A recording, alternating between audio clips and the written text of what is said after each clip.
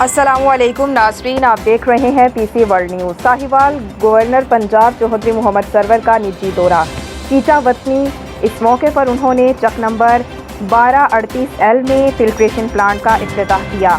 ہمارے نمائندے علی حسن قصوری کی رپورٹ کے مطابق گورنر پنجاب چودھری محمد سرور نجی دورے پر چیچا وطنی پہنچے۔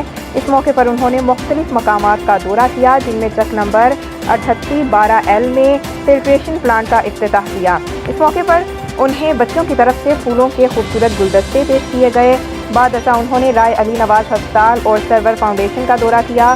دورے کے دوران ان کے ہمراہ پی ٹی آئی کے سینئر رہنما رائے حسن نواز کے علاوہ طیب چودھری چیئرمین وزیر اعلیٰ پنجاب شکایت چل، Rana Chaudhry Asif Mahmood vice chairman anti narcotics, Rana Muhammad Fariduddin coordinator social media team governor Punjab بھی ہمراہ تھے۔